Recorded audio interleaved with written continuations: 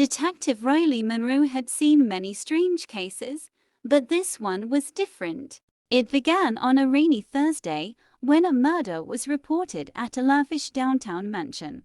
The victim, a renowned billionaire named Victor Hale, had been stabbed in his study. Riley arrived at the scene to find the room eerily pristine, save for the crimson stain. The only clue was a single glove left on the mahogany desk.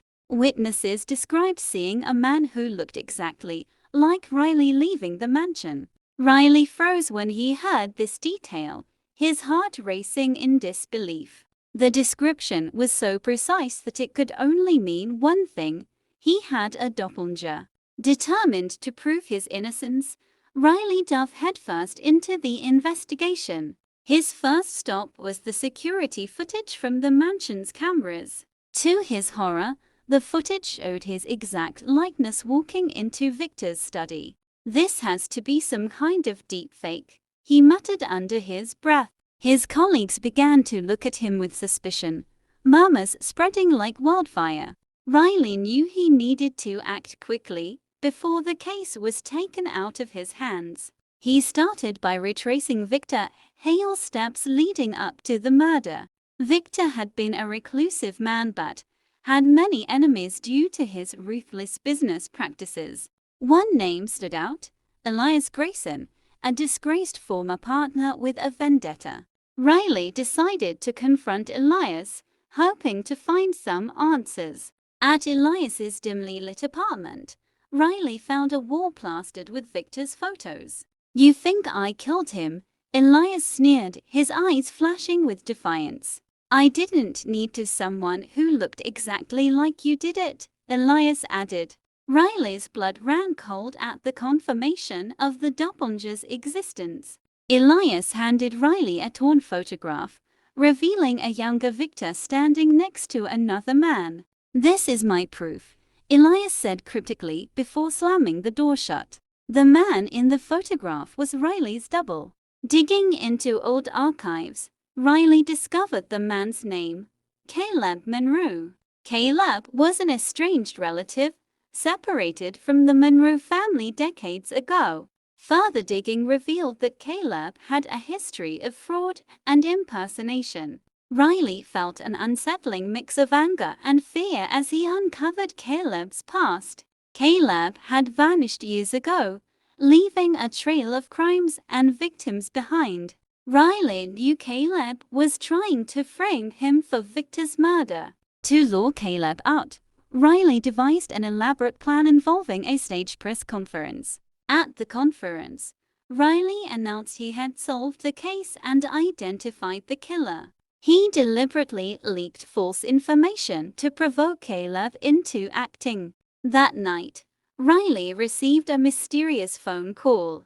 The voice on the other end was chillingly familiar. "Caleb's impressive work, cousin," Caleb mocked, his tone dripping with malice. Caleb invited Riley to meet him at an abandoned warehouse at midnight. Riley agreed, knowing it was a trap but determined to confront Caleb. The warehouse was a maze of shadows, its silence broken only by dripping water. Caleb appeared, his face identical to Riley's, but twisted with a sinister grin. "You've lived the life I was denied," Caleb snarled.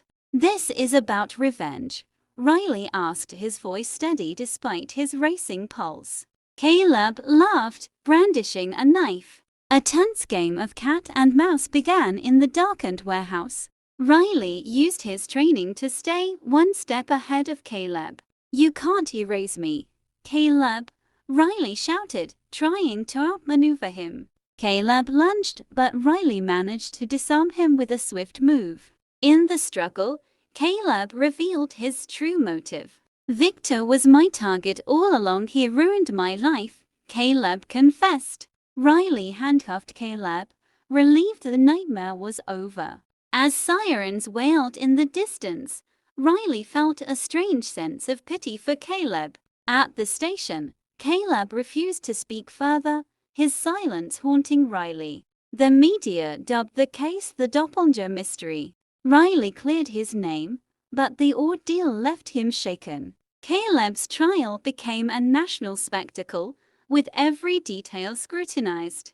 Riley testified, recounting the chilling confrontation in the warehouse. The jury convicted Caleb, sentencing him to life in prison. Despite the closure, Riley couldn't shake the eerie feeling of looking into his double's eyes. Back at his desk, Riley examined the torn photograph Elise had given him. He noticed a faint writing on the back, revealing Caleb's connection to Victor. The revelation deepened the complexity of the case. Riley realized Caleb wasn't just seeking revenge, he was protecting a dark secret. Victor and Caleb had once been partners in an illegal operation. Caleb had killed Victor to silence him before the truth came out. Riley exposed the operation, leading to a broader investigation. The case expanded, implicating powerful figures in Victor's circle. Riley's career soared, but he remained haunted by the encounter with Caleb.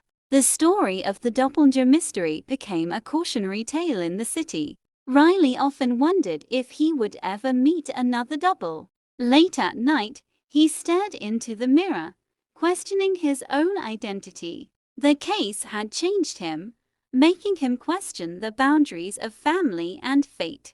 Caleb wrote Riley a cryptic letter from prison, hinting at more secrets. The letter warned, "There are others like us."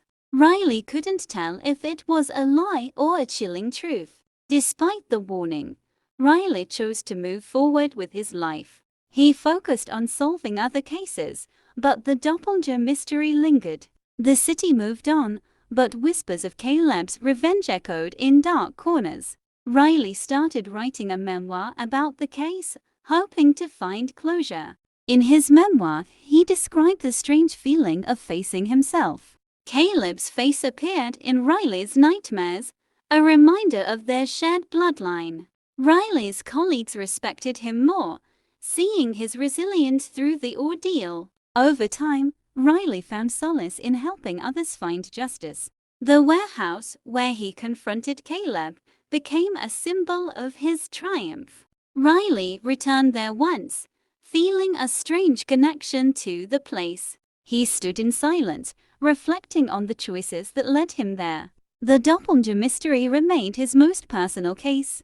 Riley vowed to never let another case affect him so deeply. Yet, deep down, he knew Caleb's warning still haunted him. The shadows of the past never truly fade, especially when they share your face. Riley found peace in knowing he had done the right thing. The city hailed him as a hero, but Riley considered himself just a man doing his job. As he closed his memoir, Riley felt a weight lift from his shoulders.